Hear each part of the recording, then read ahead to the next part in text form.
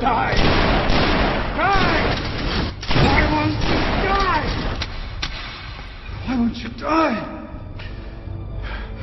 Beneath this mask, there is more than flesh. Beneath this mask, there is an idea, Mr. Creedy. And ideas are bulletproof. So, YouTube has now started removing videos critical of them, publicly using the same community guidelines in which they state, "We encourage free speech and defend everybody's right to express unpopular points of view," as a reason to silence criticism directed at them. Having long failed to get a response from YouTube over its inability to correct mistakes or offer protection from users being subjected to harassment by such mechanisms as bot voting by a small number, I decided a more direct approach was required. The Achilles heel of YouTube is without question their advertising unit. You must have noticed the progressive spread of ads over YouTube. Given that YouTube is driven by profits, and that they make their profits off of adverts, this is the one channel of communication they cannot afford to make convoluted or intentionally difficult to use. They have to read these emails. It is essential to their financial survival off their profits. I had suggested that people write to YouTube via this mechanism. I timed the release of the video to be about 6 p.m. Friday Pacific Standard Time, to coincide with the YouTube staff going home for the weekend. Less than 12 hours later, the video was removed for community guidelines violations. Bullshit. Let's take a look at those guidelines, shall we, YouTube? Well, it's not porn, it's not drug abuse, gratuitous violence, shocking or disgusting hardly, it's not copyright, otherwise that would have been a DMCA issue.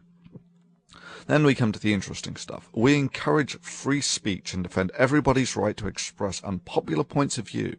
We do not permit hate speech, speech which attacks or demeans a group based on their race, ethnic origin, religion, disability, gender, age, veteran status, or sexual orientation, gender identity. Yeah, this is what I mean about the guidelines being so vague that anything could be a violation. But anyway, it's not that. It's certainly not hate speech, and this is certainly a free speech issue. Things like predatory behavior, stalking, threats, harassment, intimidation, invading privacy, revealing others' personal information, and inciting others to commit violent acts or to violate the terms of use are taken very seriously. Anyone caught doing these things may be permanently banned from YouTube. Harassment? Nah. This was encouraging users to voice legitimate concern. Personal information? Well, I did include Susie Ryder's name. But then again, this was on the video on her advertised channel. I gave away no information that wasn't the first thing that came up when you typed the information on her YouTube advertised video into Google. In any event, it's not personal information. This is just the contact information for the ad sales director of YouTube. This would be like claiming that asking someone to write to President Hussein at the White House is giving away their personal information. Okay, next. Everybody hates spam. Don't create misleading descriptions, tags, titles, or thumbnails in order to increase your views. Well, it's none of those. It is not okay to post large amounts of untargeted, unwanted, or repetitive content, including comments and private messages. No, no, and no. I did none of these. I did not post large amounts of unwanted or repetitive content, nor is this spam.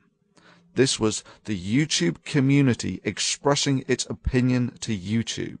And yeah, for even suggesting that people commit the crime of letting YouTube know the areas of weakness in their system, they took my video down for violation of community guidelines.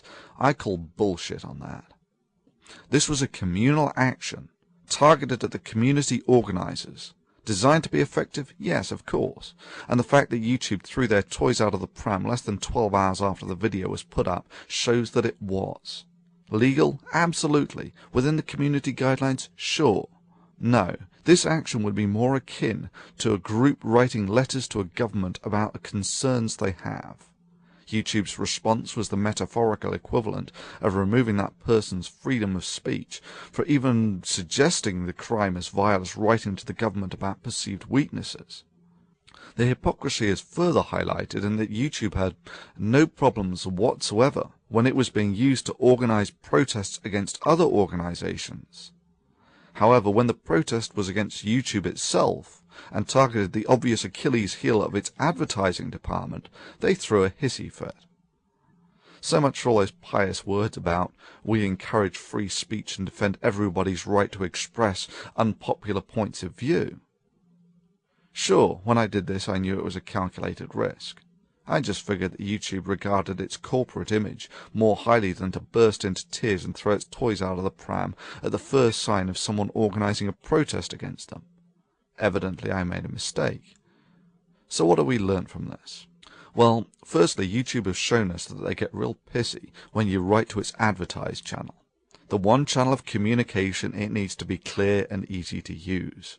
Secondly, YouTube's guidelines regarding encouraging free speech and defending everybody's right to express unpopular points of view does not extend as far as videos critical of YouTube or suggesting protests against it. Let me just conclude this by listing the second weakness of YouTube, just to make it explicitly clear. If you are one of the relatively few who has a big channel, then YouTube has you by the balls.